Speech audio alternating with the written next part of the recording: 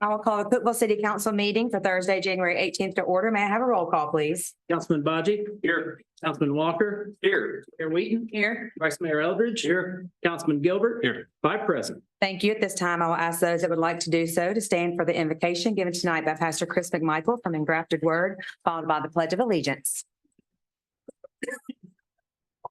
Father, I thank you in the name of Jesus for our city. I thank you, Father, for these council members and for our city leaders. We thank you for the spirit of wisdom guiding us. Thank you for continuing to keep us safe and prosperous. We thank you for these events tonight in Jesus' name. Amen. I'm pledging allegiance to the flag of the United States of America and to the republic for which it stands, one nation under God, indivisible, with liberty and justice for all. Thank you, Pastor. Item 3, consider approval of agenda as presented. Are there any changes? Yes, Mayor, we have one change. It's to add an item 7H, which is consider the establishment of a committee comprised of 5 community members to recommend policies and procedures for allowing events with alcohol on publicly owned property. Thank you. Is there a motion on the agenda as amended? Second. Motion made by Vice Mayor Eldridge, second by Councilman Walker. Any discussion in the council? Okay, go ahead and vote.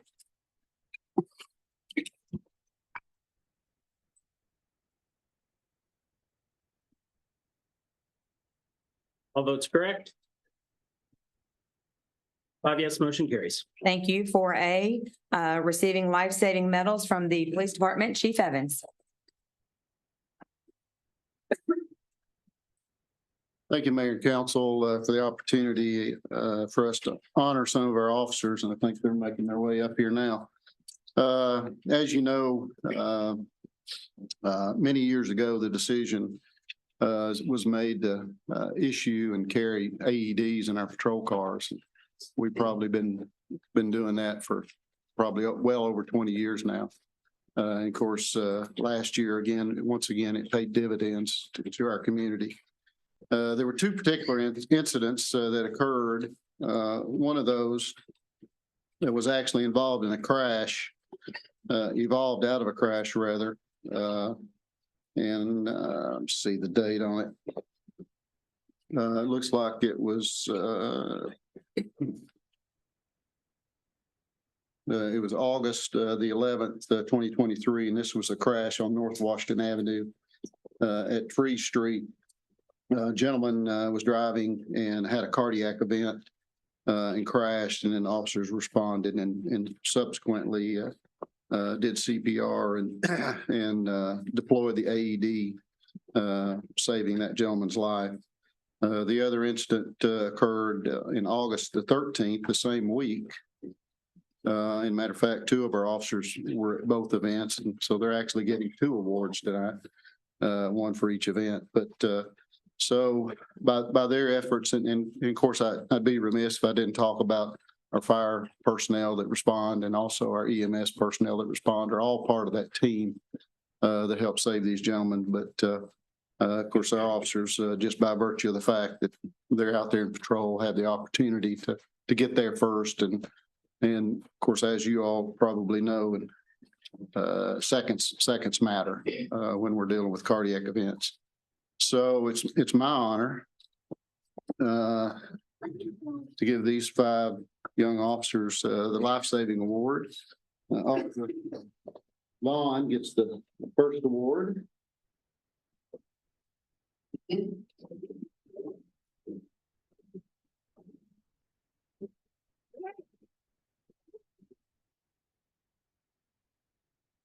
Mariah Law gets her first award.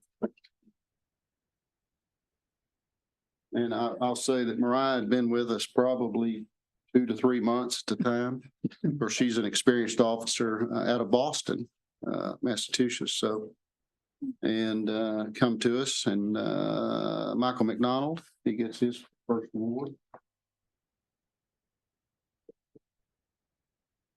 And Sergeant Tammy Goolsby.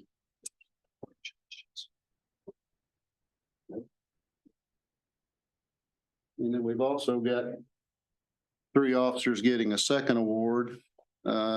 again, because of the event. And then Charlotte, Officer Austin is getting her second award because she had a previous award. If we can find it. Hope I didn't forget it. Hope not. That'd be embarrassing, wouldn't it? There we go.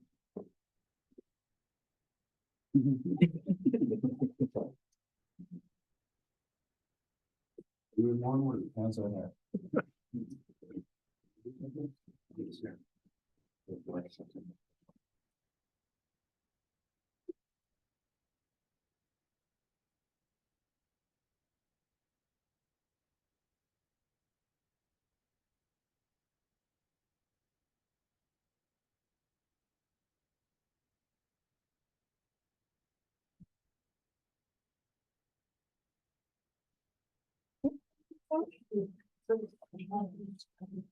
Thanks.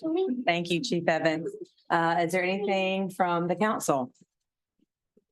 I'd just like to say thank you for all your efforts, and I think the community feels very safe that we've got such a great police department and emergency services overall in our communities. And just thank you for everything you did for those people.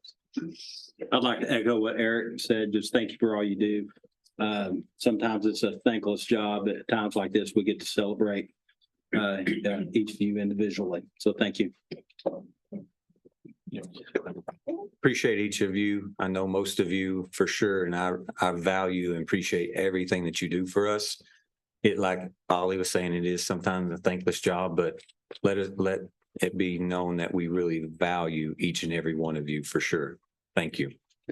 Yeah, just to repeat the thanks, and then also just to let the public know, we get the benefit of maybe interacting with you a little bit more than some, and we also get reports that not everyone sees on a daily basis or maybe weekly basis that just shows how many times these people contribute to life safety in our community, and we just can't say thank you enough for that. I mean, yeah, to have 5 police officers getting life-saving awards and some of y'all getting 2 life-savings awards. I mean, that's something people don't do in their lifetime. So it is an absolute honor to have y'all serve in Cookeville in our police department. We are lucky to have y'all. Thank you so much for being a part of our city and for representing us. We are very grateful to y'all. Thank you. Thank you, Chief Evans. We will move on to the next item, 4B, consider appointment to the city, to Cookeville Putnam County Animal Control Board. Mr. Mills. Mayor and council members, the appointed position on the board appointed by the Cookeville City Council is currently vacant. The term for this position is 4 years, and the member is eligible for reappointment. Mrs. Elizabeth Sophia has been contacted and has agreed to serve if appointed. She is a resident of Cookeville and has worked with several different animal welfare groups in our community. I would recommend for the appointment of Ms. Sophia as a city council appointed member of the Animal Control Board. Thank you. Is there a motion? So moved. Motion made by Vice Mayor Eldridge. Is there a second? Second. Second by Councilman Bocce. Any discussion from the council? Okay, go ahead and vote.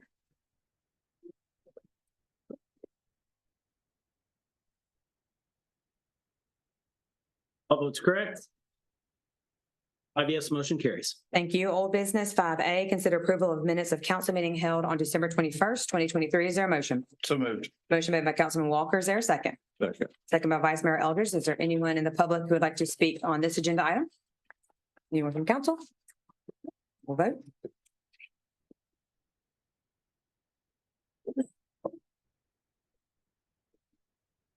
All votes correct. 5 yes, motion carries. Thank you. 5B, consider on second and final reading ordinance 023-1225, amending Title 8 Alcoholic Beverages, Chapter 4 Beer, Title 11 Municipal Offenses, Chapter 6 Alcohol, and Title 16 Streets and Sidewalks, etc., Chapter 7 Public Parks, Grounds, and Municipal Areas of the Cookeville Municipal Code. Mr. Mills. Mayor and council members, there's been no changes to this ordinance since first reading, and we'll summarize again what this ordinance does. It does 2 primary things. First, it prohibits special events with alcohol in Dogwood Park, except at events conceived and produced by the city. Second, it would delete city-sponsored events. In addition, the ordinance retitles special event use permit to Dogwood Pavilion permit. Currently, we have a special event permit, which is required for alcohol at an event, and a special event use permit, which is used to reserve the pavilion. Under our current codes, there's only 2 instances where alcohol can legally be consumed outdoors on municipal property. First, nonprofits with a special event permit can hold events in Dogwood Park involving the consumption of alcohol.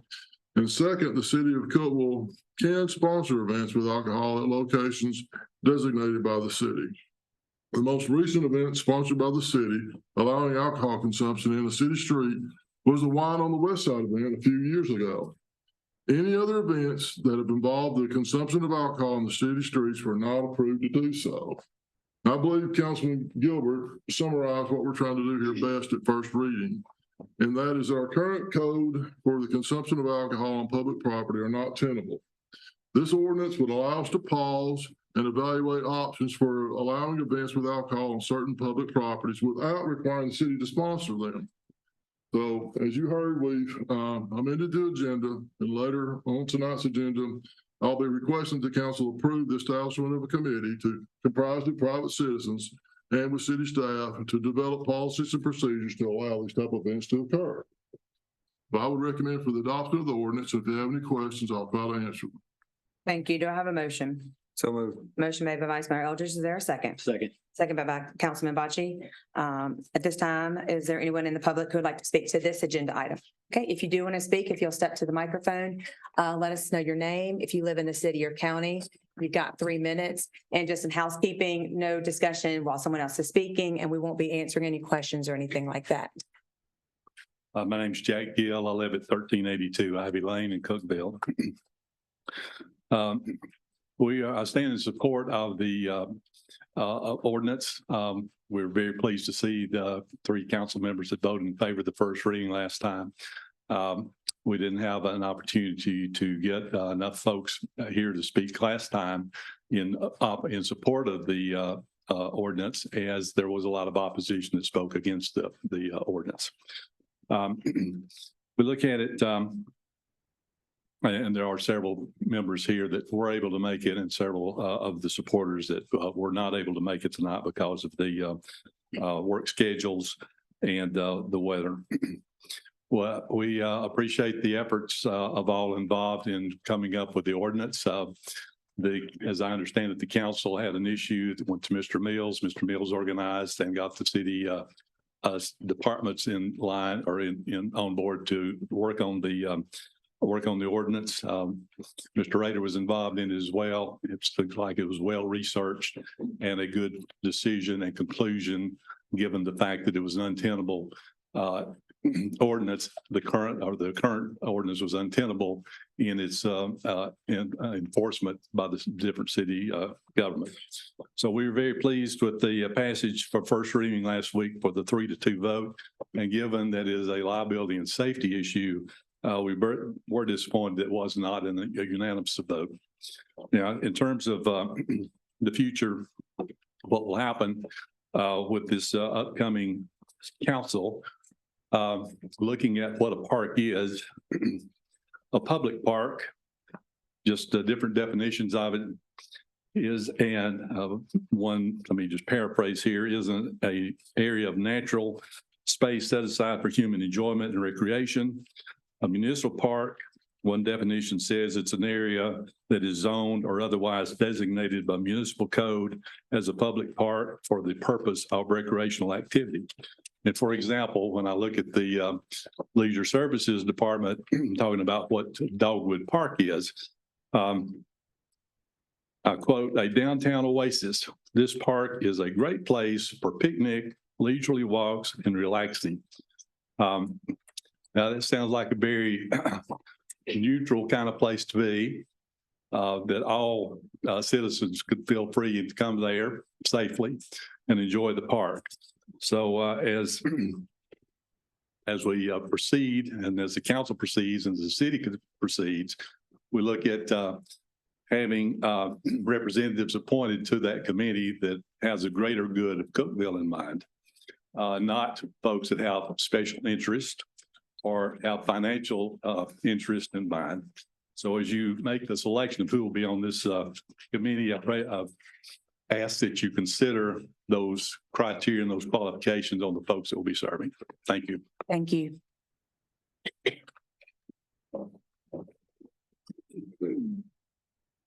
Good evening, City Council. My name is Moss Keith, and I've lived in Cookeville my whole life, and I've been active in this community for several years.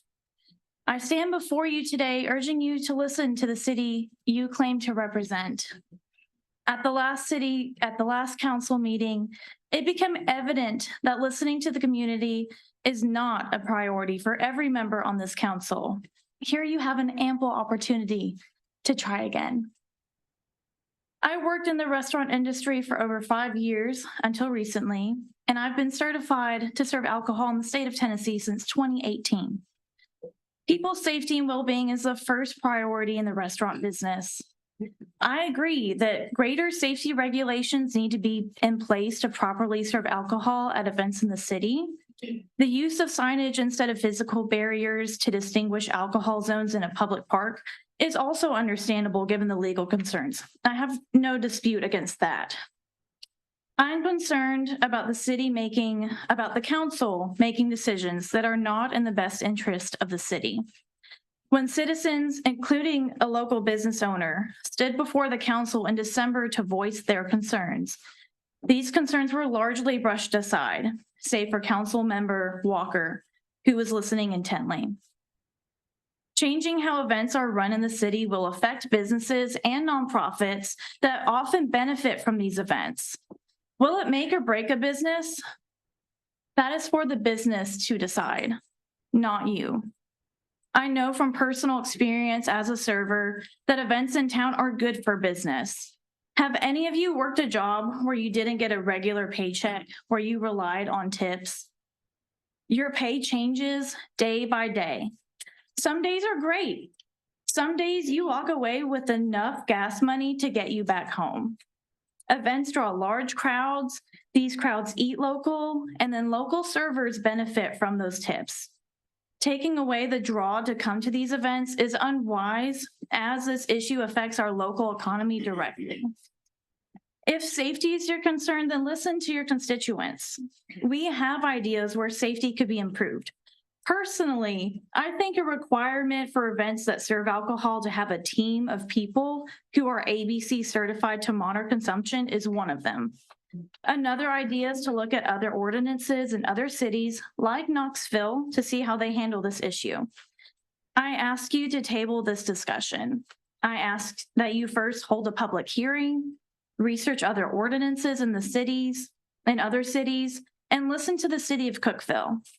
If you decide to change this ordinance despite these requests, I will know that you do not intend to listen to your community. Thank you for your time. Thank you. My name is Gene Mullins. I am a resident of Putnam County, but part of our property is in the city. I've lived in Cookeville since I started at Tennessee Tech as a chemistry major in 1974. I've attended numerous events in Cookeville, from Fall Fun Fest to concerts in Dogwood Park.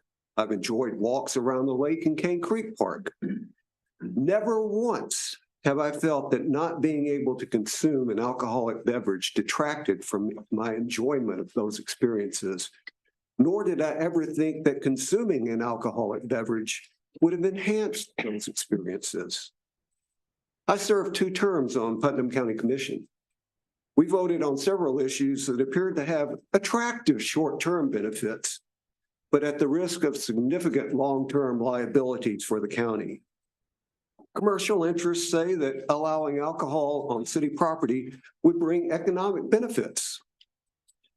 Scientific data, on the other hand, shows impairment begins after only 1 drink, and driving skills can be significantly affected after 2 drinks.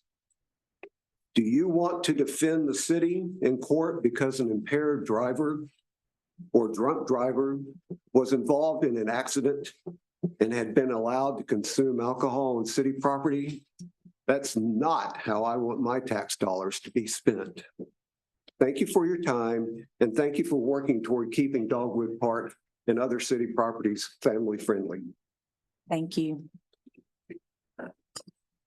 Hey, I'm Blair Dudley. I'm with Cookeville. I wrote an email, so I'm just going to read that. So with regards to the overall ordinance, I believe that if something similar to the city originated events or nonprofits who hold all appropriate permits were to be inserted into the current legislation, that it would fix everything associated with this legislation as far as the nonprofits being prohibited or currently losing the ability to hold nonprofit fundraising events that include alcohol.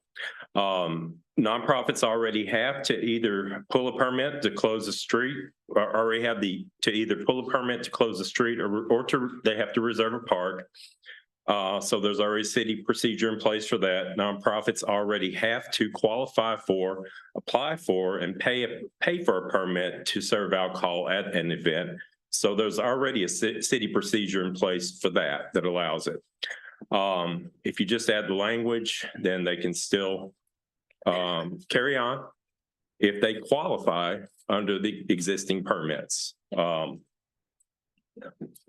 of this affects the fact that there's a separate ordinance and procedures will need to be established for businesses and other establishments that hold alcohol licenses to legally expand their footprint into contiguous public spaces. With regards to Dogwood Park specifically, inequality under the law should not be established, which I believe would happen if the city can allow alcohol, but otherwise properly permitted organizations cannot. I personally have a massive issue anytime I see inequality under the law, and I'll press the point. I suggest that either a no alcohol rule, as in other city parks, or that properly permitted organizations be on equal footing with the city as far as the alcohol rules go. I would like to see the state code that states a barrier intended to demarcate a line to keep in the alcohol is not legal because it violates individual rights to access the area. This is a nonsensical interpretation to me, and it would mean that cities all across the state of Tennessee are violating individual rights when they erect temporary barriers at any of their public spaces. Y'all need a PR person. Thank you, Blair. Hi, thank you.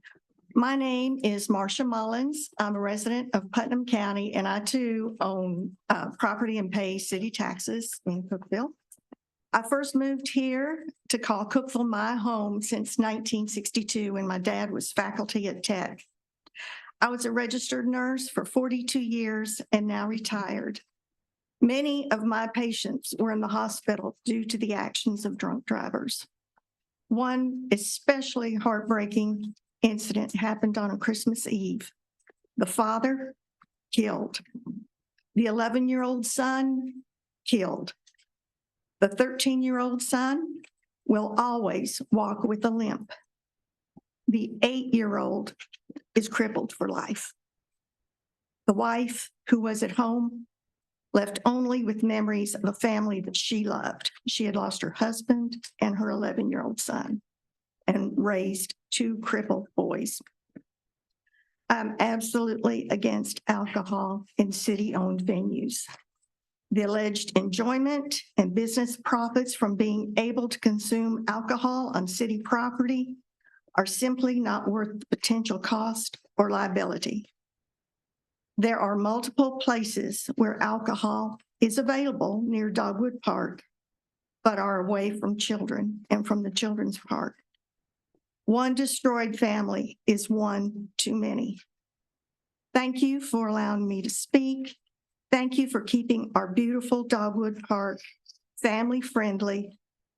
And this is why it was built. It was to be a family-friendly children's venue. Thank you. God bless. Thank you. First of all, thank you all for giving me the time to just speak for a minute. I could sit up here and give my opinion, but obviously that doesn't really matter. So I'm just going to talk facts here for a minute, if I could.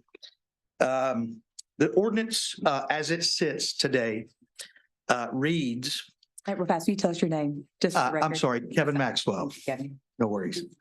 As it reads today, it shall be unlawful for any person to possess or consume an open container on any kind, beer or any alcoholic beverage within a vehicle or on any public street, alley, avenue, highway, sidewalk, public park, public grounds, any other public place within the city, unless the premises has one of the following.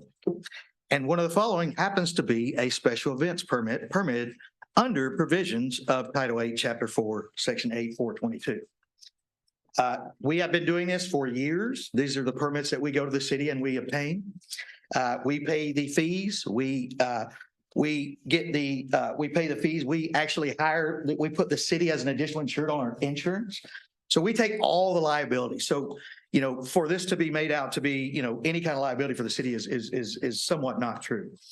However, what's not clear here is that there's a lot of people thinking that they understand that what this ordinance is, and I can have clarification from Mr. Rader if I could, but to me, I'm actually pretty good at reading legalese, but it's pretty clear here. So that section has been completely removed from the ordinance, and there's no special permit section in that ordinance whatsoever. So the new language reads basically, no one can do it, Dogwood Park, except the city. And if the city wants to do it, they can do it. So, but they've taken out the entire language for us to obtain a special permit to us to do events, for instance, at 37 Cedar or Cedar Avenue. So I'm asking you to clarify whether, in fact, our business is affected by this ordinance or not. And I think that's a simple answer. Yeah, whoever can answer. I'll take a shot at that, if you don't mind. Special event permits for alcohol are issued by our clerk's office, city clerk. How many permits has this gentleman received to have alcohol on public property? Special events, none. So I don't know what you're referring to. You've never received a permit to have alcohol on a public street, ever. We've had a special event to close down the street. You've had a permit to close a street, period. You've not had a permit to have alcohol in the street. Okay, so this ordinance changes nothing about the way you operate. So you're telling me that the change of this exact ordinance 11601 from the language here to the language you're proposing changes nothing. Could you please verify that? Because there's about, I would say 30 words taken out. So I would say it changes something. What do you think? To have an event that has alcohol on public property right now has to be sponsored by the city of Cookeville. Those sponsorships are signed by me. I have never signed a sponsor for you to have an event on public property, ever. In the 5 years I've been city manager. Could I have my 3 minutes back, please? Am I stating this correctly on the process for events with alcohol? I lived here almost 50 years, and there's always been the open container, no public drinking law, and that's all this is. The only thing this impacts is special events in Dogwood Park for nonprofit organizations.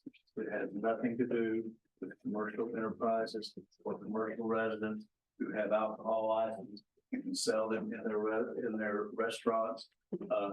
Period. This is just impacts the park. It goes back to the original Dogwood Park that did not allow this.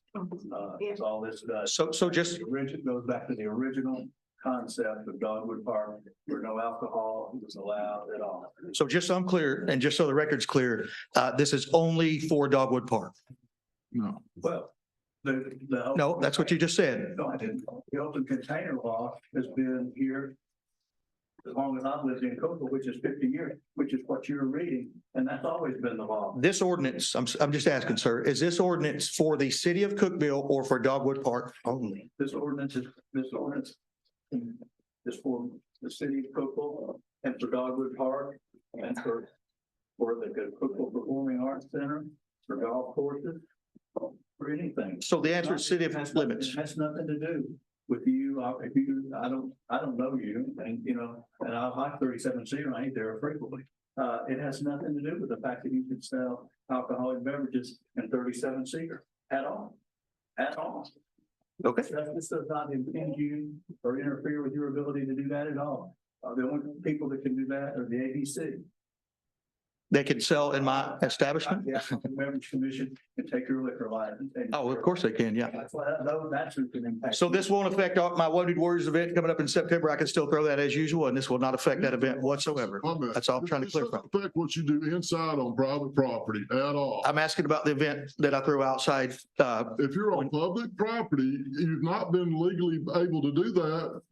Now, what we're suggesting, if you'll give me just a minute, is to form this committee and find out a way we can legally do this with proper policies and procedures to allow streets to be closed, to have events with alcohol. You can't do that right now unless the city of Cookeville sponsors that. And I'm telling you, we never approved your event or anybody else other than Wine on the West Side. That's the only event that we've closed streets and allowed alcohol. Now, you may have been doing it, but it's not approved by the city of Cookeville. Sir, and I appreciate you being very strong on this topic. I do. I've seen you watch the people, for it, and I've seen you, kind of not listen to people that are against it. So I appreciate that. But I'm just asking about this specific ordinance. We're talking about a much bigger thing here. I'm asking this specific ordinance because you just said we're going to work legally to figure out a way we can work together. So does this, I just want to know, does this affect us throwing and shutting down the streets for my events? That's all I'm asking. If you want to apply for a permit to shut down a street, to have an event, you can do that, but you cannot have alcohol out in the streets. People can drink in your restaurant, and then they can come out in the street, but they cannot carry an alcoholic beverage into the street. They've never legally been able to do that, okay? Okay. And if people have done that, they've been violating the law, and if they didn't get caught, it's just like when I drive to Nashville sometimes, I can go about 80 miles an hour, okay? All right. Well, thank you for your time. Thank you, Mr. Maxwell. Go ahead. Hello, my name is Jennifer Willis. Thank you for letting me speak to y'all. I have lived in Putnam County my entire life, except for the 3 years that I went to Teen Challenge in Louisiana and worked for Teen Challenge in Louisiana. Before that, I am one of the original owners of Crawdaddies. So I've been a really big part of that world. For 8 years, I owned a bar. And while everyone doesn't go down the same path that I went down because of alcohol or a bar or that world, a lot of people do. And I did. And it completely destroyed my life. I fell so deep into addiction that I lost everything. I lost my children. I lost my family. We lost our business. I lost everything. I came back here. My husband and I, we direct Next Step for Life. So I'm a big part of that world. And so as you guys can see, this is why I'm standing here, is because I've been a big part of both of those worlds. And while I have the utmost respect for business owners and bar owners and restaurant owners, especially downtown, because when we opened, there weren't many, and we wanted more. We wanted that atmosphere, that nostalgia, that character. And I think it's great. They have their territory. That's a world that does not need to mix with the world that we take our children to play, that we take our students from Next Step to walk around and enjoy. They don't need to go there. I actually ran into that one time. They don't need to be there where there's an event that causes them to have a stumbling block in public property. I don't know the laws. I'm not going to stand here and tell y'all how to do your job. I don't know. I don't know anything about it. But I do know that I want to plead with you. These two worlds don't need to mix. It is not good. It can be life destroying. And that should be something that people can choose to go to. It should not be something that we have to worry about. When I go to the park and I take my children or we take our students, what are we going to run into that day? Thank you. Thank you. Billy George, lifelong resident of Cookeville, Tennessee. Again, I just want to say thank you for letting me speak previously. I sent you all an email, but I have concerns with this, again, in reference to what Councilman Walker said, is that the research that was done previously was none in comparable to other cities. It was brought forth on a Wednesday, brought forth to the committee on Monday, presented on Thursday.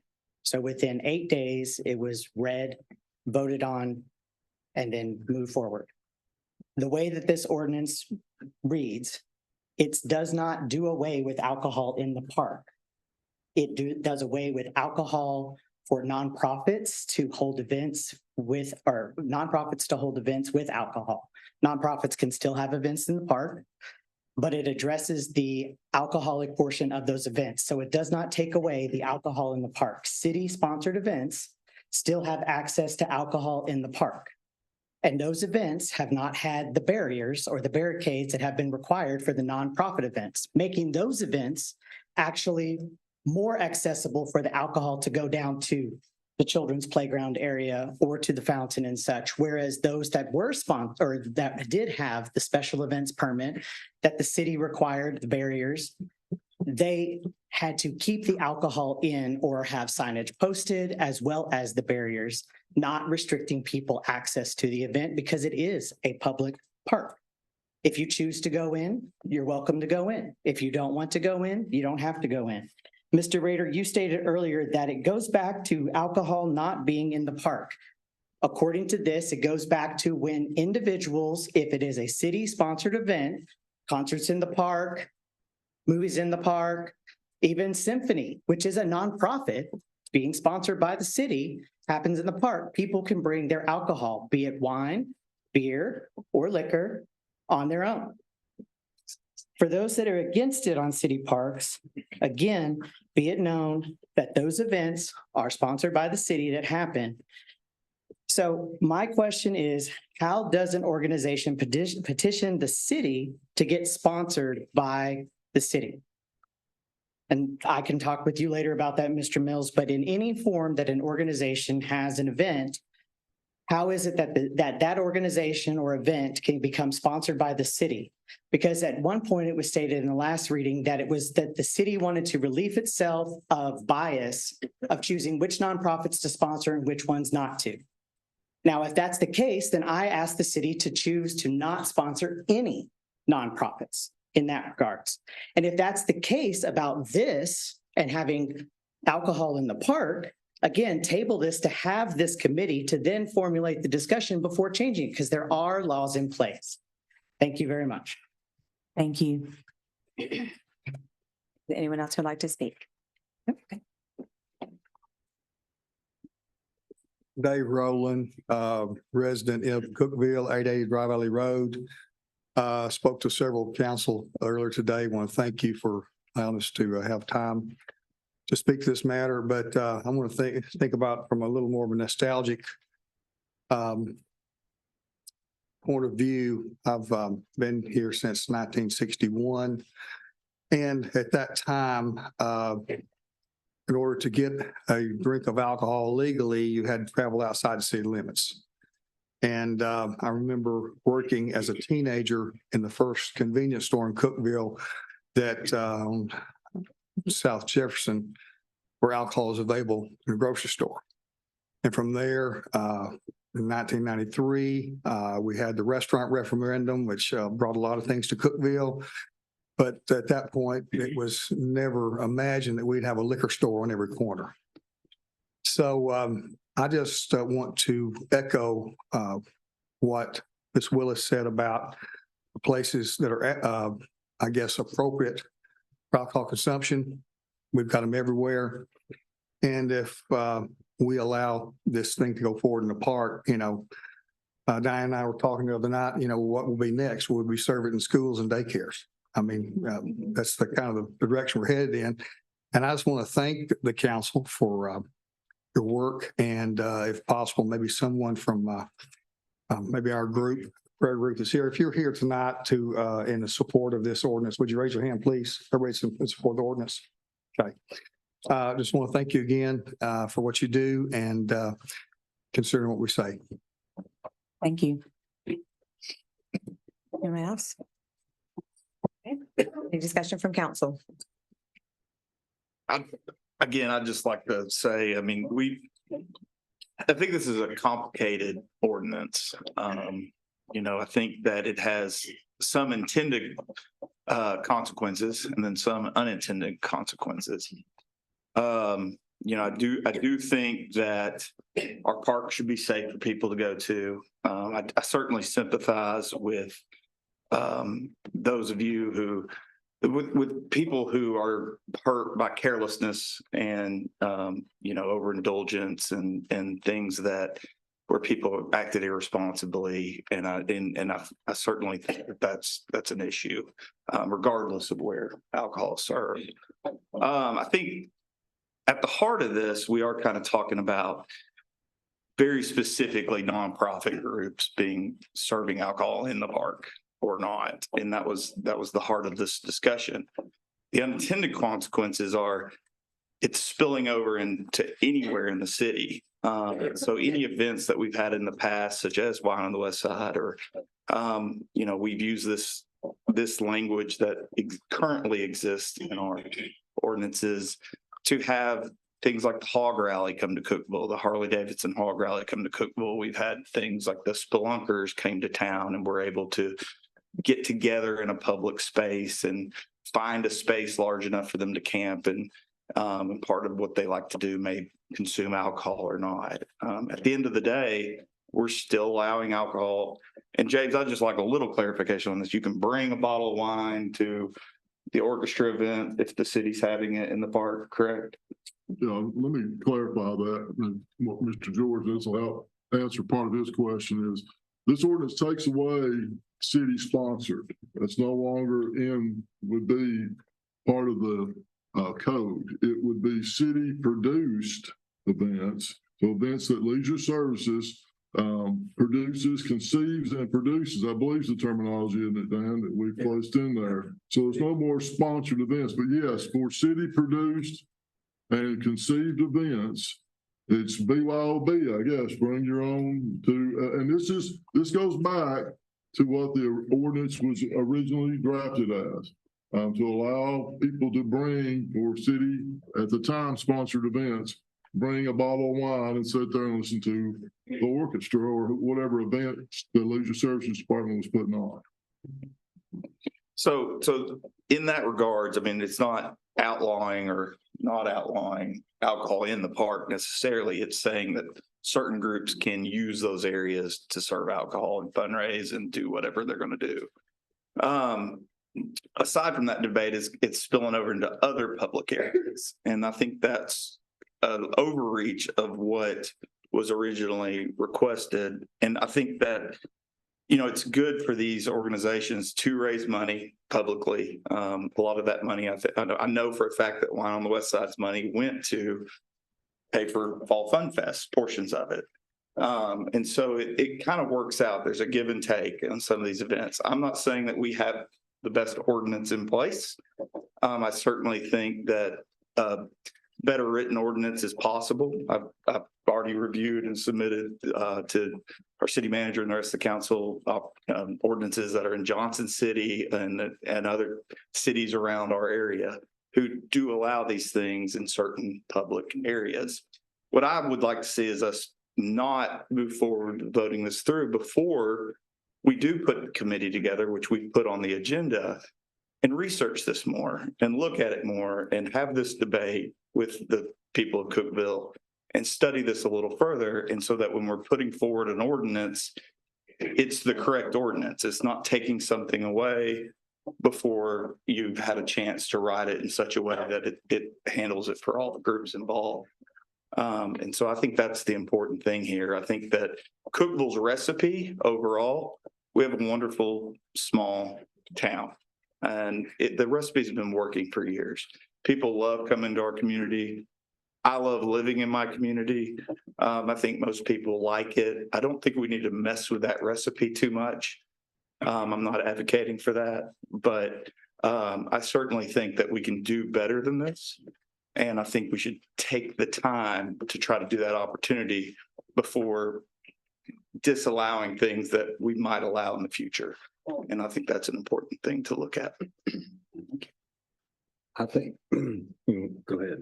I think maybe what we need, some points were brought up on both sides, pretty good, very good points of how come the city can do it versus anybody else. You know, at some point, I think that looks hypocritical, just to be fair. I'd say we do one or two things. I would recommend we just take it totally out of the park. I mean, it's not fair for us and somebody else. I mean, if that's what, and some people made some good points on the side that's against the ordinance of why can you do it versus nobody else? I would recommend we just take it totally out and let the park be what the park's supposed to intended to be. We don't do it in any other park. Now, if nobody wants to do that, I'm not opposed to saying, all right, well, we can freeze this and no event goes on in the park or anywhere that serves alcohol until it's done. I know there was a city that did that. They froze for about a year on anything to do with alcohol until that was addressed and made. But I think we need to look at the thought of just taking it all out. And that's what I would recommend.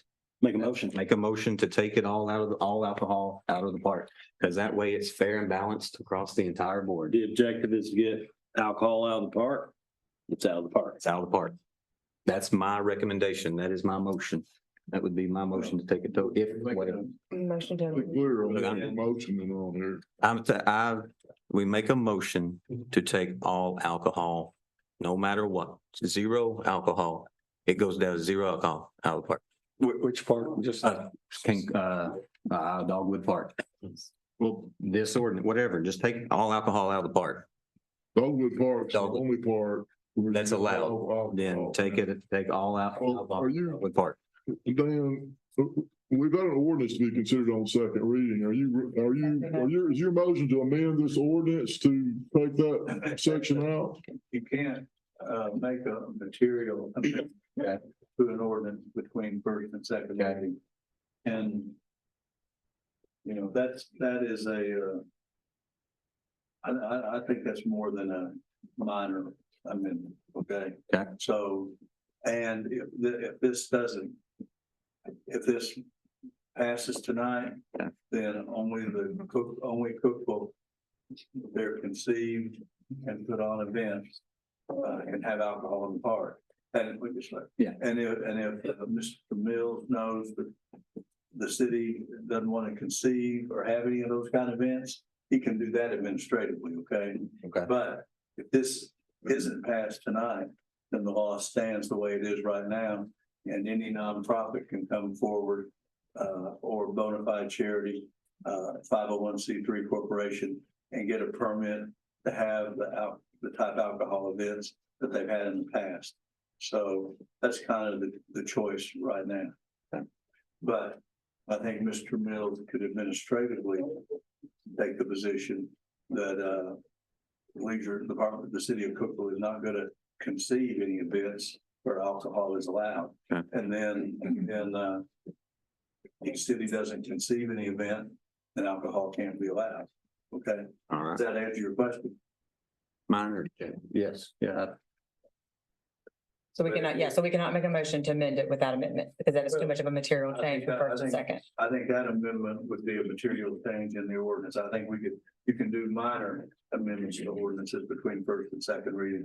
But I believe to totally eliminate the city's ability to conceive and produce events in the park where BYOB alcohol would be permitted would be a material amendment, okay? You can go back and start with first reading over again and have that. But before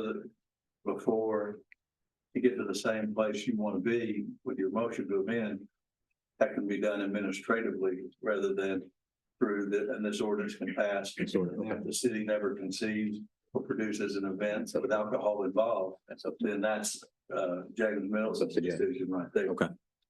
Well, I think we considered looking at. I don't know whether I answered your question or not, but that's. No, I got you. The answer I have. Yeah, so so we cannot make a motion to amend it to that. Yeah. Any other discussion?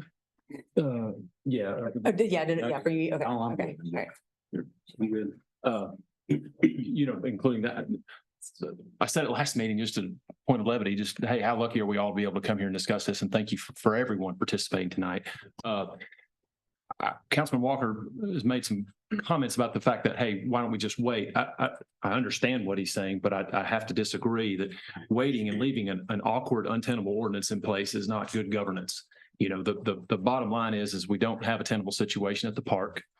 We cannot continue to put our administrators, our clerical folks in a position of making the decision who can and who cannot have these events. And that's the matter at hand. That's what we're voting on tonight, is to clean this ordinance up so that they're not only is the city exposed, which exposes taxpayers, which exposes to all kinds of issues when people sitting at a desk are making a decision, yeah, these folks can do it and these folks can't. They're individually exposed.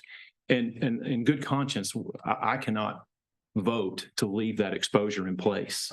Now, we've committed to make a committee, and a lot of the ideas, whether it be Councilman Eldridge's or anyone else's out there, the whole idea is to have those studied, scrubbed, vetted, and then reoffered for us to contemplate and come up with something that, you know, is sensible. But right now, what we have is not sensible. So that's kind of the position that it boils down to for me too. I think you summed it up nicely. I will agree that the ordinance that we have currently is not the best one. I will also agree that the ordinance we have in front of us is not the best one. And that was just pointed out by Councilman Walker and Vice Mayor Eldridge. This is not the best ordinance that we have. And I cannot in good conscience vote on an ordinance that I do not think is the best for the city of Cookeville. There are issues that need to be corrected. There are things we need to discuss. And I want to make sure that we do it right. And we do it right the first time. And we do it right listening to everyone's concerns in the city of Cookeville. And so I am very excited about the fact that we are forming a committee that's going to involve community members. It's going to involve our department heads so that we can have this discussion to find the best way forward. I would just like to see that done and have that discussion beforehand. And so that's how I feel about this. And I do know that we will come together and we will find a solution and it will be the best for Cookeville. And that's what we are dedicated to do up here. That is our job, is to serve the city. And we are all prepared to do that. So I do want everyone to know that's what we will do in the end. Is there any more discussion? Okay, so we're going ahead and voting. Amendment, no amendments, no changes. We've got a motion and a second. You got a motion for the ordinance. And a second. There's no amendments. Yeah, so as written, yeah. So we have a motion and a second. We'll go ahead and take a vote.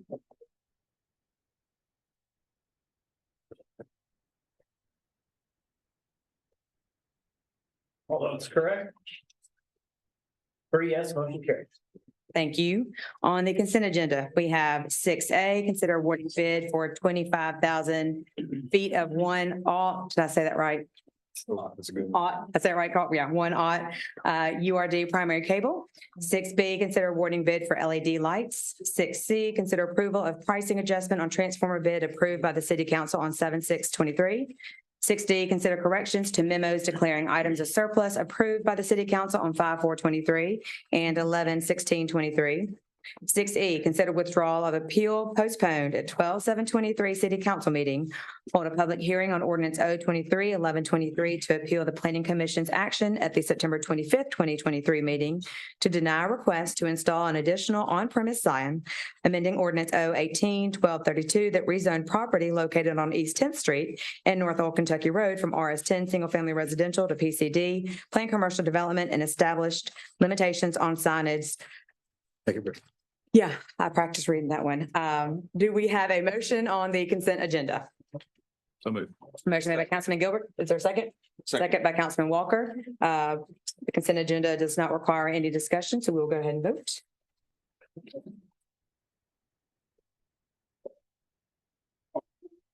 All votes correct.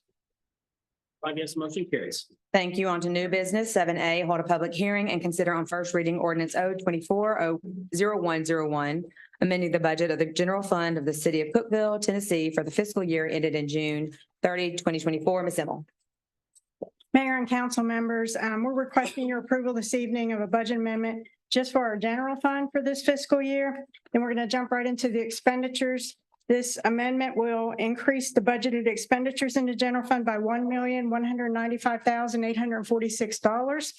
And that's comprised of a $5,000 additional contribution to Helping Hands of Putnam County. They're a local nonprofit that we already give money to. I think we had appropriated $12,000 for them. For this fiscal year, they have come back and asked for an additional $5,000 for emergency winter shelter to help the homeless in this cold weather. So if you approve this amendment, that appropriates that fund and we can get them that money. Additionally, $190,846 in expenditures. That's the state opioid settlement money that we received last year and this year. And based on a resolution that you passed, it's your intention to give that money to CRMC for their addiction navigation service. And then finally, $1 million in leisure services capital. That's a contingency for possible land right away or easements that may come up. If that money is appropriated, we can make that purchase a little bit quicker. So again, the increase in the budgeted expenditures is $1,195,846. And then on the revenue side, just a couple small amounts. The state opioid settlement funds. We received 160,000 of that last fiscal year, so it's already in the fund balance. So 28,228 is what we received this fiscal year. $5,000 in interest earnings to offset the additional appropriation to Helping Hands. And then we have sold some property to sell of land of $20,000, so increasing the budget of revenue there by just $53,228. I'd be happy to answer any questions you have, but would recommend your approval. Thank you. Is there a motion? So moved. Motion made by Vice Mayor Eldridge. Is there a second? Second by Councilman Gilbert. At this time, we will open the public hearing portion. Is there anyone who would like to speak on this agenda item? Seeing none, we'll close the public hearing portion. Is there any discussion from the council? Yeah, I'd like to mention, we're giving money to Helping Hands, and we actually have some representatives here tonight from a lot of groups that come together to do this cold weather shelter. Becca Duncan's here. She's with Helping Hands. Blair Dudley with Cookeville, and he has a group of people, some others that's been helping him behind the scenes, doing a lot with this. Then you have Justin Villes with Recovery Kitchen. Justin goes out into these camps and talks with everybody and encourages him. No, I do. I'm sorry. I do. You do. Yeah. Justin, don't go. Not anymore. Melissa goes. Who's in charge? Gotcha. We know who's in charge. Yes. Sorry, I stand corrected. But anyway, they're two peas in a pod and they go to get, and those two do fantastic work. All of them do. Becca does, Blair does, and then Officer DeClaire with Cookeville Human Fund out of the police department. They've all come together to partner with the Cookeville Rescue Mission. We're finally able to get in there and work as partnerships. We hadn't had that in a long time, and we've been working and doing all that. But these are the individuals that had their hand in it. They're the hands and feet of all of this. So I'm glad to see that we're able to take $5,000 and give to them to help with all of this, because they have seen some individuals come into the shelter. Some of them have actually stayed overnight to help there. So I commend all of you who've done that and appreciate everything you've done, because it really has helped us tremendously. So I want to say, yeah, I guess, can't you? I said she could. Yeah. Thank you. Yep. Go ahead. Anybody else? Oh, yeah, go ahead. Yeah. Sorry. I just wanted to say real quick, we, as far as asking for the money and things like that, we did it last year on 2.5 days notice. And I'm sure there's a lot of people in this room that donated to us, because I felt like the whole Putnam County donated to us. I finally had to say, stop bringing food. Do not bring any more food. The first 2 nights, and we paired with the rescue mission because we couldn't find a church. That logistically it is a nightmare. It's like, okay, well, it's going to drop below 40 degrees and the mission's going to be full. Where are these people going to go? Oh, we're just going to set up in a church. It just doesn't work like that. So we were able to pair with the new leadership, which is really kind of, they're waiting for a new director, but the leadership right now, we're able to partner with them. We are in a warehouse. The first 48 hours of this cold snap that we're in now, no one showed up. And they didn't show up because the relationship with the mission was so broken. They were saying to us at our nonprofits, they would rather sleep in the snow than to go there. So when we left tonight, I think we had around 17 or 18 that are with us. And we will be there until the mission has room for them or the temperatures go above 40 degrees. And then we will continue to do that. If the mission is full, we will store our cots. That's part of what this money is going toward. We will store our cots, our extra food, all of the stuff that goes along with throwing together a shelter. there, and we will be ready with volunteers to open up, and that includes extreme heat, any kind of extreme weather. We actually got a call, though they did not come, from Baxter PD saying there was an elderly couple whose electric was out. So we're not just looking at the homeless. And the one thing that I'm sure council members know, but other people in this room may not know, and being the director of Helping Hands, there are people out there that are working 40 hours a week or more, and they were living in their cars. We cannot let the rent prices continue to do what they're doing. And so I'm just going to take one little second to say, when you pass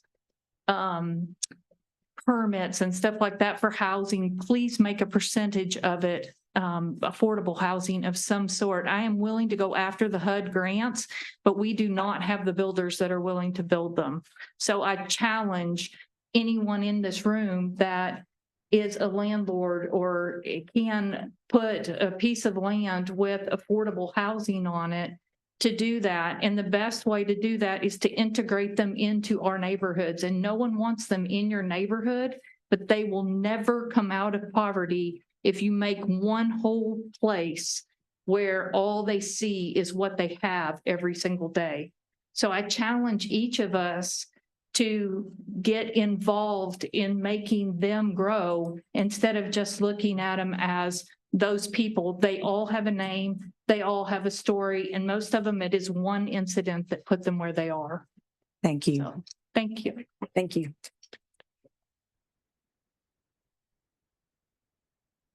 We have a motion and a second, so we need to vote. Correct? Yes, okay, let's go ahead and vote.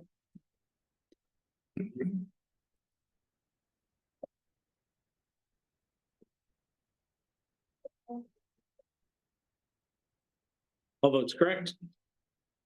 5 yes, motion carries. Thank you, Ms. Earl. 7B, hold a public hearing and consider on first reading ordinance 023-0918, amendment to the zoning code relative to recreational vehicles, RVs, and non-conforming mobile home parks. Mr. Ward. Thank you, Mayor and council members. In fall of 2022, the Planning and Codes Divisions identified a discrepancy related to recreational vehicles in residential mobile home park zone, in the residential mobile home park zoning district, and in non-conforming grandfathered mobile home parks. Existing mobile home parks in the RMHP zoning district and non-conforming grandfathered mobile home parks in the single family districts have RVs located within those parks, which is currently not permitted by our zoning code. No existing mobile home parks within the city of Cookeville zoned as RMHP were established per the requirements of the zoning code. Currently, we have 10 parks within the city. One of the mobile home parks on Bunker Hill Road is zoned RS15, single family residential. One on Hudgins Street is zoned RS10, single family residential. One on Lee Seminary Road is in the CI, Commercial Industrial Mixed Use Zone. A mobile home park on CC Camp Road is zoned RS20, and a mobile home park located on Crescent Drive is zoned RS10. All are legal non-conforming uses, and the mobile home park located on Hudgins Street is grandfathered for RVs. All existing mobile home parks are grandfathered. The zoning code for the city of Cookeville, section 202, and under our definitions, we define mobile home as a transportable manufactured housing unit mounted on a single chassis, suitable for year-round occupancy and containing water supply, waste disposal, and electrical conveniences. We don't currently have a definition for RV. Tennessee Code Annotated defines a mobile home or house trailer as a vehicle or conveyance not self-propelled, designed for travel upon public highways, and designed for use as a residence, office, apartment, storehouse, warehouse, or any other similar purpose. Mobile home or house trailer includes any manufactured home as defined in a different subsection. So there's a different standard for a manufactured home. Tennessee Code Annotated defines our recreational vehicles as every motor vehicle primarily designed as a temporary living quarters for recreational camping or travel, as defined by ANSI standards. The basic entities are travel trailers, camping trailers, truck campers, motorhomes, and park trailers. A proposed amendment was approved by the Planning Commission on August 28th, 2024. The amendment was considered by the council at the October 5th, 2023 meeting. The council referred the proposed amendment back to the Planning Commission for further consideration. Upon hearing council's concerns at that first consideration, the planning division revised the proposed amendment by adding language to exclude pop-up campers, add limitations on density, prohibit appurtenances, underpinning and skirting, and limit the length of occupancy.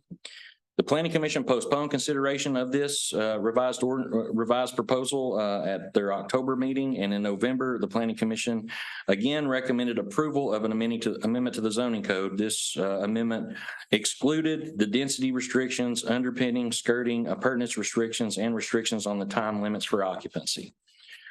So right now, the ordinance before the council would amend in section 201.8, add a new section, RVs and non-conforming residential mobile home parks, that would establish the following standards. Within non-conforming residential mobile home parks, areas may be converted to accommodate recreational vehicles, subject to approval of the chief building official.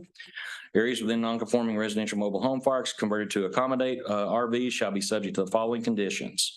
So a definition for RV, recreational vehicle means a vehicle which is either self-propelled or towed by a consumer-owned tow vehicle and designed to provide temporary living quarters for recreations, camping, or travel use that complies with applicable federal vehicle regulations and does not require a special movement permit to legally use the highways. RVs shall include motorhomes, travel trailers, fifth wheel travel trailers, folding camper trailers, or pop-up trailers shall be prohibited. The chief building official shall confirm no codes violations currently exist on the subject property. RVs shall remain in operable condition, shall have a valid vehicle registration, and shall not be considered junk vehicles as specified in the Cookeville Municipal Code, Title 15, Motor Vehicles, Traffic and Parking, Chapter 6, Parking. Junk vehicle is defined as any vehicle which is inoperative or reasonably appears to be inoperative, wrecked, dismantled, partially dismantled, or discarded. Conditions may indicate that a motor vehicle is junked include, but are not limited to, extensively rusted, without properly inflated tires, without windshields or window glass, without major chassis components, brake lights, or any other vehicle component required by law for legal operation on the street. A site plan shall be submitted to the chief building official to establish E911 addresses for all occupied pads. Additionally, the language was added, the provisions shall apply to only non-conforming residential mobile home parks located within the Cookeville city limits prior to December 31st, 2023. And then there's a severability statement. So that was the recommendation from the planning commission to the council. Upon hearing council's concerns, we have offered adding back a modified statement relative to no skirting or appurtenances such as decks or porches shall be permitted on recreational vehicles, and no site shall be continuously occupied by the same RV for more than 180 days. I think that addresses some of the concerns that these are defined by state law as temporary used for temporary occupancy, and these provisions would provide that. So this proposed ordinance is before you guys tonight based on some discrepancies we discovered. We have worked with our city attorney for legal interpretations on how we should proceed to deal with this. And with our legal counsel and our research, this is what we propose is our path forward, per se. So I recommend we approve the ordinance based on adding those additional standards back. Those were reviewed by the planning commission. Although they didn't recommend it to you, they have satisfied that requirement. I'm happy to answer any questions. Thank you. Is there a motion? So moved. Motion made by Vice Mayor Eldridge. Is there a second? Second. Second by Councilman Gilbert. At this time, we will open the public hearing portion for this agenda item. Is there anyone in the public who would like to speak to 7B? Okay, go ahead. Same thing, go tell us your name, live in the city or county in 3 minutes time. Okay, my name is Rick Hall. I live at 807 East Hudgens Street, and I own Spring Valley RV Park on East Hudgens. Did I understand correctly you were going to add the back in skirting in 180 days? Is that correct? Yes, that is correct. Okay, well, I have a problem with that. When I spoke before the planning commission, I pointed out the value of RVs to the city of Cookeville. Some of the people that benefit the most are your nurses at the hospital, your physicians, and I don't know about you guys, we've heard from some nurses tonight, but I don't want to do anything to hurt the nurses. I want to do all I can. The hospital has contract nurses. They're 3 months at a time. They may want to stay 3 months. They may want to stay a year. We may have a physician that wants to stay a year.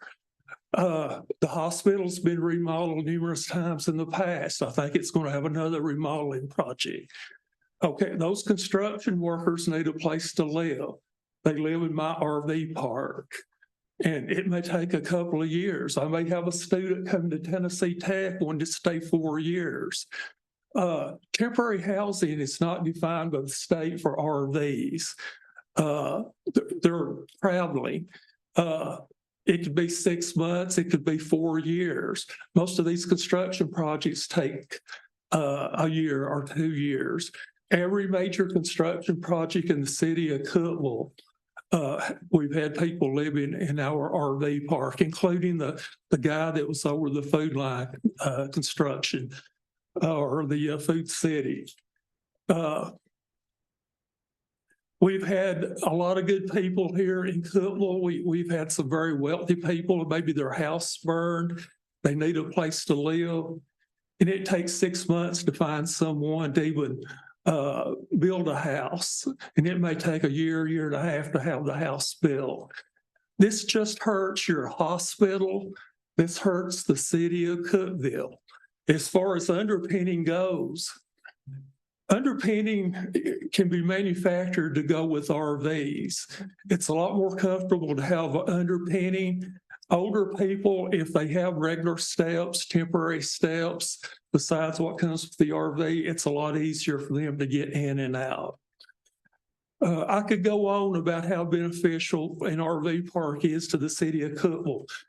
Seriously, I've had nurses call me and say, I want to accept the contract at the hospital, but I have to know I can put my RV there. It depends on that. We always accommodate the hospital people. If they can't put it there, they'll just move on to another city. Like I said, I could go on and on about the benefits of an RV park. Lastly, and I'll conclude, Tennessee Code annotated 13-7-208. My RV park's been there 60 years. We were taken in the city something like 20 years after that. We rented RVs back in the early 60s before we were in the city limits. We're grandfathered in. At least a half dozen lawyers in Cookeville would verify my opinion on this TCA code, including a sitting judge and a former judge. Thank you. Go ahead. Thank you for listening. Thank you. Go ahead. And then again, just to reiterate, back to the affordable housing. The other thing that a lot of people don't know is these motels that people think that people are staying in because that's where they do their drugs and all of those kinds of things. That is our most affordable housing. And they range from $350 to $400 a week. I'm going to say that one more time. They range from $350 to $400 a week. They put these kids in these hotel rooms for $1,600 a month. And this RV is the difference between the kid being next to someone and the kid feeling a little safer. So I agree with him. I lived in an RV park myself in Naples, Florida, after a hurricane. And the traveling nurse situation, I saw it over and over again in Naples. But also just the average back to affordable housing again. Like, we cannot keep getting rid of things that people need. Like, we just can't. We cannot. You're hurting the people in Cookeville and your hospital. The ones that have been here forever. It's the new people that are coming in can afford it, but not the people that have. Okay, thank you. Okay. We'll go ahead. We've let you speak. We've got some council discussion. Permitting this. No, Yeah, this is what this is for. This is favorable. okay, we're eliminating D and E. No, we're good. We're going to put a few requirements in there that just can't allow it to violate the spirit of being a recreational vehicle, but it's it's permissible. And they can't. This is a be permitted there for use. More than 6 months. That was the one that I. Yeah, go from place. They can go to another slide. Yeah, they move on. Hold on, we're having council discussion right now. Sorry. So no, that's fine. We've got a motion and a second. Is there anyone in the public who would like to speak to this agenda item? Okay, we'll go ahead with council discussion. There's one more. Oh, yes, go ahead. Yeah. Yeah, we like that. Yeah. Lincoln Neal.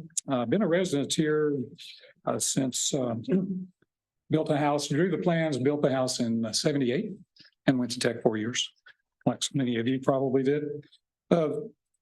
And so this has to do with the trailer park transitioning proposition to RVs. Just, I'm not a lawyer, but my dad is, and I got uncles and cousins are, but I'm not. But I have a little interest in it, studied that a little bit at Tech. But what I noticed in this particular Tennessee code that's been referred to already is it speaks about in paragraph B, that B1 that is, that in the event that a zoning change occurs, which is going on in this case, and then it goes on to say, in so many words, a grandfathered in business shall be allowed to continue in operation and be permitted, provided that no change in the use of the land is undertaken by such business. And I would like to present that it is a change in the use of the business of a trailer park going to an RV. They're not the same. Now, they're the same as far as some construction features of a mobile home. You can put wheels under a mobile home or a trailer and a trailer park, which an RV has that. But it stops there. The similarity stops there in a key point, a very important point that the good will of the lawmakers who wrote this code addressed a problem that can arise when you have a change of the nature of a business. And I would like to present that the RV campground is a change from the trailer park business. Been reading RVs since the early stages. Hey, we're not going to take any more comments from the council, from the public, okay? Please let him speak. So as it continues on in the C paragraph, speaking about if there is an expansion, which I understand that that's also at issue, being able to expand the trailer park, which would be an RV park. And I'd like to differ with the freeness of that using the law that really in all appearances of it seems to disallow any such expansion. And here's why. Provided that there is a reasonable amount of space for such expansion on the property, it goes on to say in the same sentence, so as to avoid nuisances to adjoining landowners. So let's say if the partial. I'll go ahead and ask you to wrap it up though, okay? Okay, so it says this 3 times, the same statement, that there would be only the allowance to expand if and only if there's a reasonable amount of space for such expansion, so as not to avoid nuisances to the adjoining properties. I would like to state that there is a problem that hasn't been addressed, and that is the noise level. Okay, thank you very much. We'll go ahead and have a seat. Is there anyone else in the public who would like to speak? Okay, we'll go ahead and open it for a council discussion. Or John? You're I'm just happy to answer any questions you guys have. I mean, the one point on the occupancy is it says that the same spot could not be occupied continuously for 180 days. So that would require a unit to be moved. I mean, there would nothing that would prohibit you from staying in compliance if you move the unit from one space to another. That just proves that it is still temporary and not more permanent in nature. I want to make that statement to the council. Okay.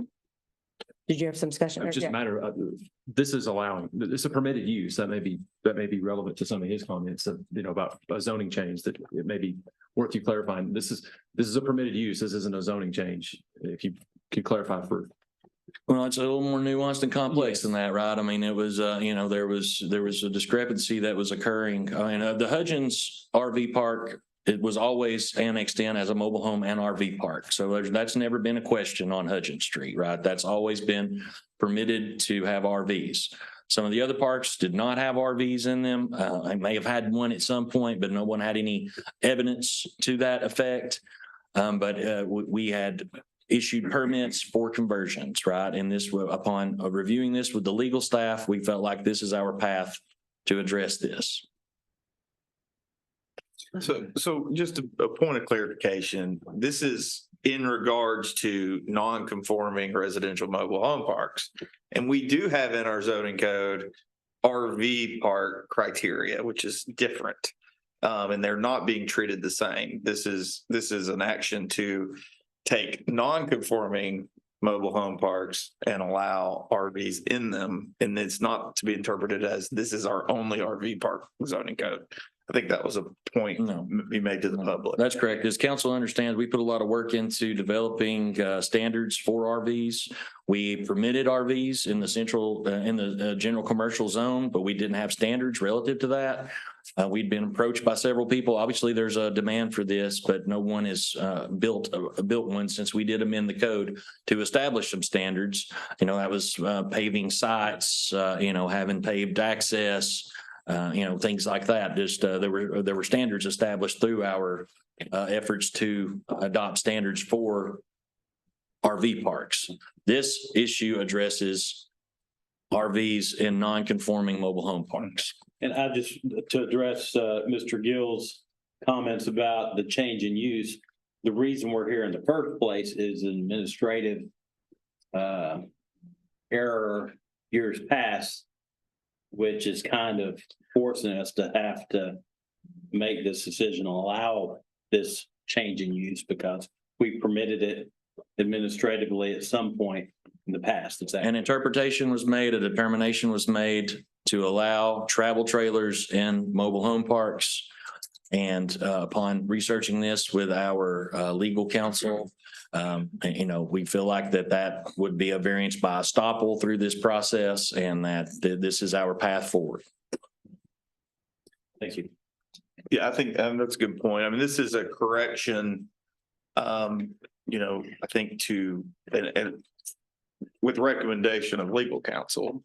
And I think that's an important thing to understand. I don't think we're out trying to change mobile home parks or we're just said, oh, we need to do something different here. There was an issue with how something is interpreted. And I think this is the effort to correct those things, to make them as they have been as much as possible and as legal as possible. And I think that's an important thing. I would like to ask for a point of clarification. We motioned on the ordinance, but was that motion with the recommendations from Mr. Ward?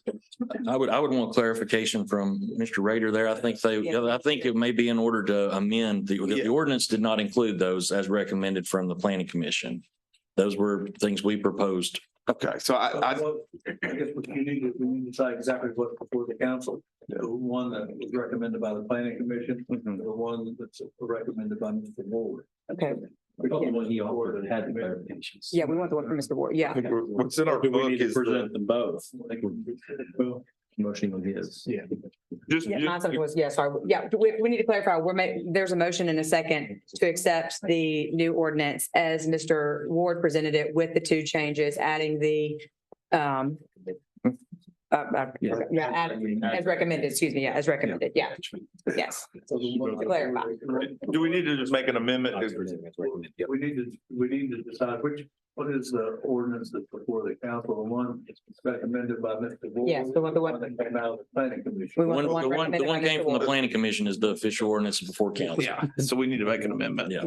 Yes. So there's a motion and a second, and for clarification on the ordinance presented by Mr. Ward with his recommendations. No, I think the motion was on the amendment presented by the planning commission. Correct, Mr. Sorry, Ward? my assumption was with Mr. Ward. Yeah, there was a motion to approve the ordinance. I believe the ordinance was, I think it would, I would defer to Mr. Rader, but I think it would be in order to amend the ordinance to add those things Okay. if you guys. Do that, just so we don't have a legal Okay. issue in the future. So we'll just Can you withdraw the motion? withdraw the motion. Yeah. Draw the motion. So motion and second are withdrawn, and now we'll entertain a motion to amend. We'll entertain a motion to accept the ordinance as amended. Yeah, as recommended. As recommended. No, we don't want the one from the planning department. We want the one from Mr. Ward. Yeah, that's plain. I can make that motion. Okay, go ahead. And go. Have we withdrawn the motion? Yes. Okay. I'd like to make a motion to adopt this ordinance with Mr. Moore, with Mr. Ward's recommendations to include D and E into the ordinance. Very nice. Is there a second? I second.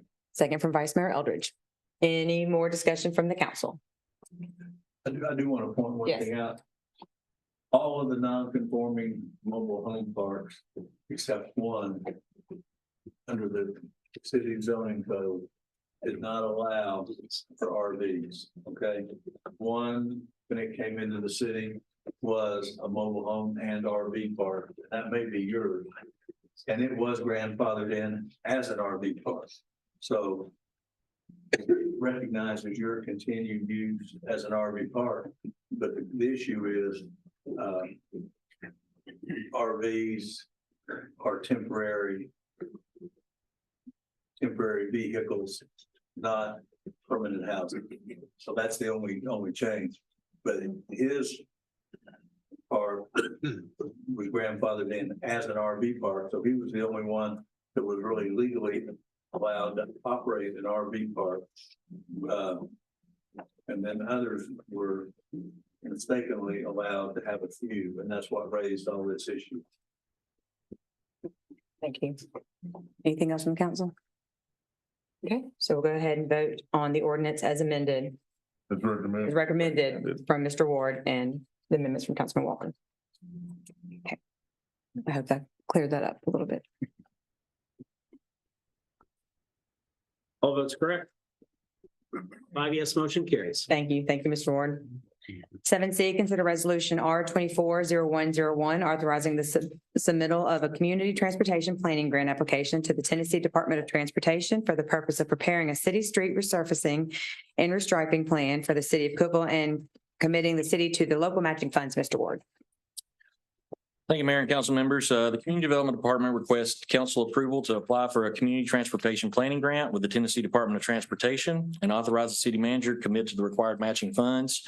The CTPG is intended to assist jurisdictions' planning efforts that determine strategies to support improvements in traffic flow, safety, mobility, and overall efficiency of the transportation systems. City staff has identified the need for a citywide street resurfacing and restriping plan that would assess and rank existing street conditions and prioritize streets for future resurfacing within the city limits. The plan would help ensure the appropriate paving needs and schedule for the city by assessing distress, roughness, traffic level, and pavement age, and identifying priority projects that would optimize the city's investment. The maximum grant award is $200,000 and the local match would be 10%. I respectfully request approval of this, and I'm happy to answer any questions. Thank you, Mr. Ward. Is there a motion? So moved. Motion made by Vice Mayor Eldridge. Is there a second? Second. Second by Councilman Bocce. Any discussion from the council? From the public?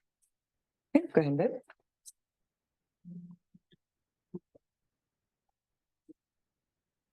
All votes correct. 5 yes, motion carries. Thank you. 7D, consider ratifying the execution of an option to purchase approximately 1.62 acres located on Gould Drive, identified as parcel 102.28 on tax map 65, and authorizing the city manager to exercise the option and to proceed with the purchase. Mr. Mills. Mayor and council members, as you know, for the past many months, we've been attempting to identify property suitable to purchase for the relocation of Fire Station 3, which is located on Gould Drive. Fire Station 3, along with Fire Station 2 on North Washington Avenue, are both approximately 50 years in age and need to be replaced. Each of our fire stations are strategically situated to provide the best coverage for within the corporate limits. So relocation has to be in a close proximity to the existing stations to maintain, or in some cases, improve the coverage area. So we're limited in our options on where we can move the stations to. This past October, an option to purchase agreement was executed with Jerry Greer for his property located on Gould Drive, which is highlighted in yellow on the map. You can see the existing station in terms of proximity. The property, as you stated, is identified as parcel 10228 on map 65, and it's about 1.62 acres. The agreement provided us with a 90-day option to purchase the property for $740,000. And we also paid $5,000 down upon the execution of the agreement. During this option period, we were allowed to complete inspections and evaluations of the property. This included some subsurface exploration and hydrological features assessments. The hydrological feature report did identify a small area of wetlands in the southeast corner of the property. Due to the wetland determination, Mr. Greer agreed to reduce the purchase price to $730,000. I would request that the council ratify the execution of the option agreement to purchase the 1.62 acres of Mr. Greer's property on Gould Drive and authorize me to exercise the option and proceed with the purchase of the property at a total price of $730,000. Thank you, Mr. Mills. Is there a motion? So moved. Motion made by Vice Mayor Eldridge. Is there a second? Second. Second by Councilman Gilbert. Any discussion from the public on this? Discussion from council. I'm very excited about this. If we can move forward on this building new fire stations. I think it's an important piece of what our community needs to provide for its citizens. And this is a big step for Cookeville. It kind of shows our age when we're replacing fire stations and as a city, and that's a good thing. That means we've been here for a long time and we're preparing for the future. So I'm very excited about that. Any other discussion? Okay, go ahead and vote. Oh, did you have something to say? No. Okay, go ahead and vote.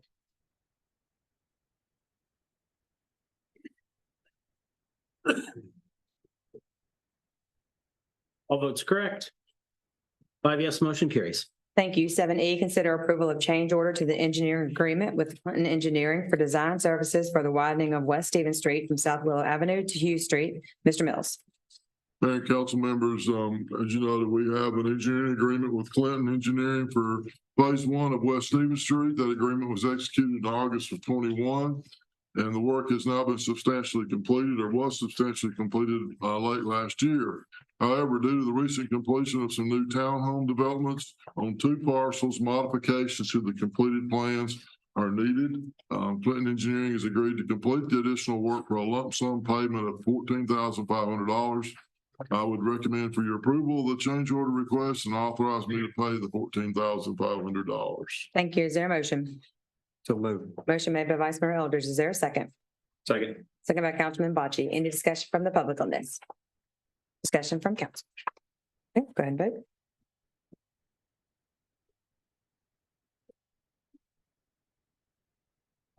All votes correct.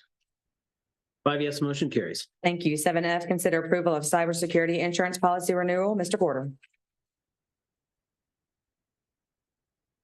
Mayor and council, our existing cybersecurity insurance policy with Travelers Insurance expires on February 4th. And our insurance broker, McGriff Insurance, solicited price quotes from 9 different companies. And the least expensive policy with the most coverage was once again Travelers Insurance, and it provides the same coverage as our expiring policy, which has a $1 million limit for costs specifically related to cybersecurity incidents. The cost of this year's policy actually went down almost 21% over last year's. This year, the cost is $32,495, and the deductible was halved. Last year it was $100,000. This year it's $50,000. The insurance policy has a 12-month term, and I'd be happy to answer any questions, and I recommend getting the traveler's policy. Thank you. Is there a motion? So moved. Motion made by Councilman Walker. Is there a second? Second. Second by Vice Mayor Eldridge. Any discussion from the public? Discussion from council. We appreciate the savings. Thank you. Absolutely. Give And y'all some credit. cybersecurity is such a important thing in our community, and our community has been affected by this. Not at the city of Cookeville, but in other places. And I think it's important to have these things in place and all the hard work you guys do to try to protect our infrastructure in the city of Cookeville. And so we appreciate that. And I, for one, have not heard of any insurance policy going down. So I'm happy about that too. Yeah. So thank you. Anything else? Okay, go ahead and vote.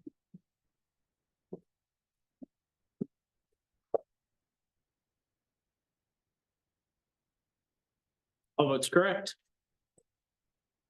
5 yes, motion carries. Thank you. Thank you. 7G, consider approval to purchase 2024 Ford Super Duty F-450 crew cabin 4x4 with service body utilizing Sourcewell contract 152 NAF, Mr. Turner. Mayor and members of the council, this is being purchased through the Sourcewell contract. The vendor is National Auto Fleet Group, and the purchase price is $95,078.08, and I recommend approval. Thank you. Is there a motion? So moved. Motion made by Vice Mayor Elders. Is there a second? Second. Second by Councilman Bocce. Any discussion from the public? Discussion from council. Okay, go ahead and vote.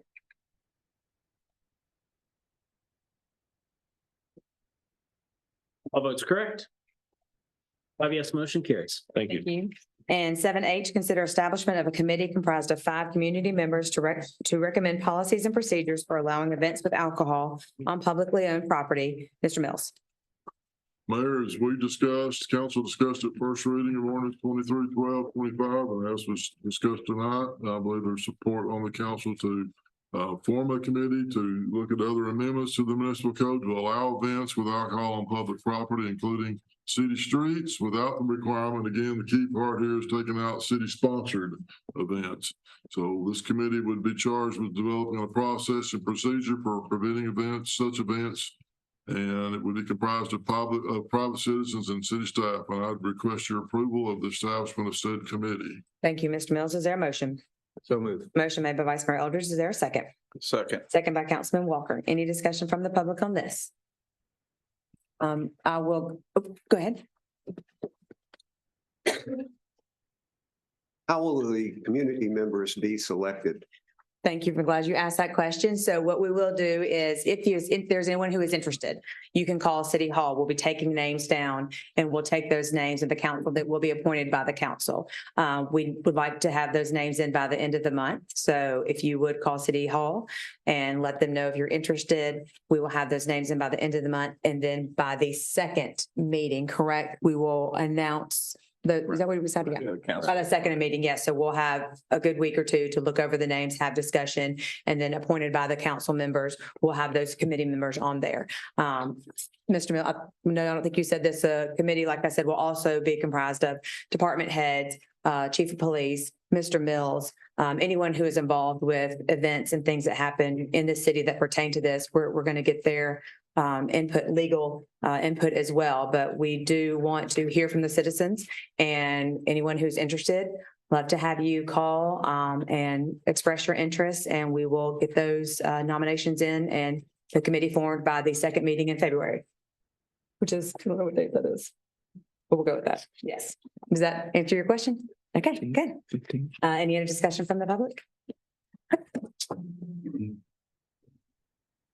As far as the requirements for the applicants, will those be published, or what are the requirements and credentials that they need to bring? As of right now, it's just you need to live in the city. That's the only requirement. Thank you. Well, I think if you were a business owner. Or business owner in the city. Yeah, you're right. Yeah. On a business in particular. I apologize. These events occur, because I think that's one of the things y'all talked about was having people from before we've had these kind of events, if we have a business, they may not live in the city. So, but it's up to you guys. That's correct. We did. I'd like to see a little bit of formalization of it. You know, calling in with your name is good. It's a good start, but similar to the way we do the planning commission, maybe develop a form that says, hey, here's who I am, here's where I live, here's, you know, the property I own, here's why I'm impacted, here's why I want to serve, and give a little narrative and like you said, some credentials that go along your intent. Folks that may have special interest, even financial interest, be qualified to sit on that committee. There will be a selection process that we Well, I go through. mean, that has a financial or special interest for the use of the city park. The rules that you come up with, well, if someone can benefit from that, should that person be excluded from that committee? Well, I think we're just leaving that up in interpretation and debate from the council to a point. And I think that is a valid concern. And I think the council. I think it's a very key concern. Take that into Our intent is to have a consideration. balanced complexion on there. I think Each council member will choose from this pool, one person as their designee or their appointment to this committee. Is that the way we're moving forward on this? That's what, yeah, with the five members. Y'all understand it? Yeah, but So there, we'll yeah. have a pool of people to serve and they'll pick who they want to be on there. Slayer? Oh, I just want to say that I would love to see more actions like this on various issues prior to it being drafted into an ordinance. We could avoid a lot of bickering and unnecessary reactions. We could work all this out ahead of time typically. And if an ordinance was created, we would know full well at that point in time, somebody's going to be against it or for it. So I believe in taking down the hard things first. So I believe citizen involvement is critical and everybody wants to do it. So. Thank you. Yeah, and we appreciate anyone being willing to serve. Yeah. Anybody else? Oh, go ahead.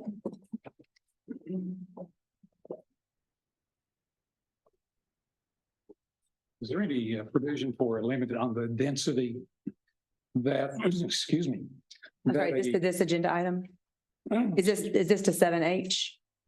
Oh, no, this is back to the church. That time, yeah, that time has passed. Yeah, this is just for this agenda item. If there's any further discussion, you can have it outside of this meeting. Okay, I Yeah. didn't understand the. That's okay. I'm kind of a newbie here. It's a new law, so don't worry. We're all working with it. But yeah, if you want to have more discussion, we can have discussion after for that agenda item. Okay, yeah, thank you. Anyone else who'd like to speak to 7H, the committee establishment? Okay, any discussion from council? Okay, go ahead and vote.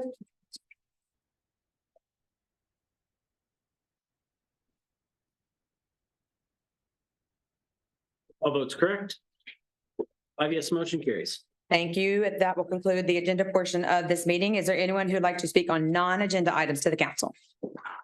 Okay, seeing none, is there anything? I know I would like to go ahead and say thank you to all of our city employees who have been tirelessly working in this lovely weather condition. We have had crews out almost 24/7 plowing the roads. We've had police, fire, electric, public works. I apologize for the trash pickup, but know that everything we do is in the interest of safety. And we are very appreciative of everyone who has been working extra hard in these times. So I just want to take a moment to recognize them and say thank you for all your hard work. We really appreciate it. And the patience of the public. Thank you. Yeah, and our crews have done a great job with this weather and everything, and it's a very important. And with everybody having a cell phone in their hand and texting, our city has had in place for many years now the ability to sign up for text alerts and get your news about electrical issues, power's out, trash pickup changes. I'm signed up, not as a council member, just as a citizen of Cookeville, and I get those things. It's great to know if my power goes out. I typically get a text within a minute or two of that happening, saying you have a power outage, and I know they know about it. I know they're reacting to it. It reminds me of holiday pickup on trash. It's a great program the city offers. I encourage everybody to get involved in that and get alerts from the city via text. You can sign up, you can pick and choose what you want to be alerted on. It's a great program that the city website offers. So thank you. Okay, all right. Meeting is adjourned.